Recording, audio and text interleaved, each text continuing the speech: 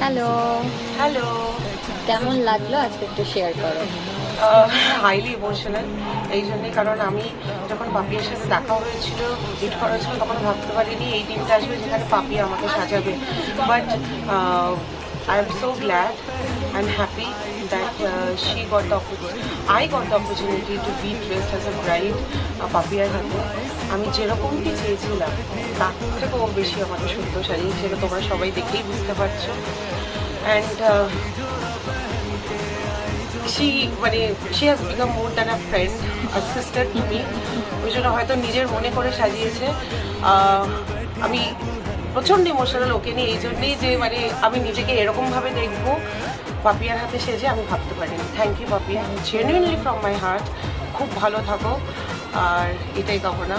Thank you so much. Thank you, তোমাকে অনেকটা ভালোবাসা, অনেকটাই। আমি